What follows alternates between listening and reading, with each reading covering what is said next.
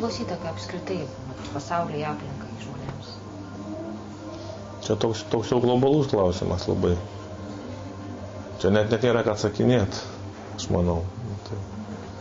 Tai be kūrybos tai gyvenimas ko vertas ir aš nežinau.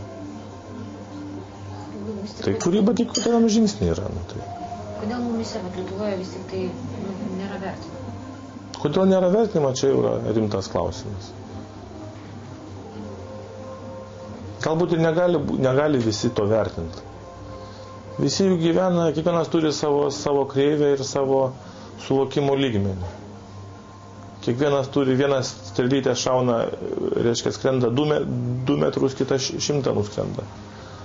Tai taip pat ir, reiškia, taip pat ir čia lygiai tas pats yra. Vieniems žmonėms tiesiog neduota suvokti, jie negali suvokti, jiems to nereikia. Jie gyvena paprastam empiriniam pasaulyje, reiškia, pavalgai, kažką dirbi, uždirbi, pavalgai, reiškia, tokie kažkokių egzistencinių klausimų savo neužduoda.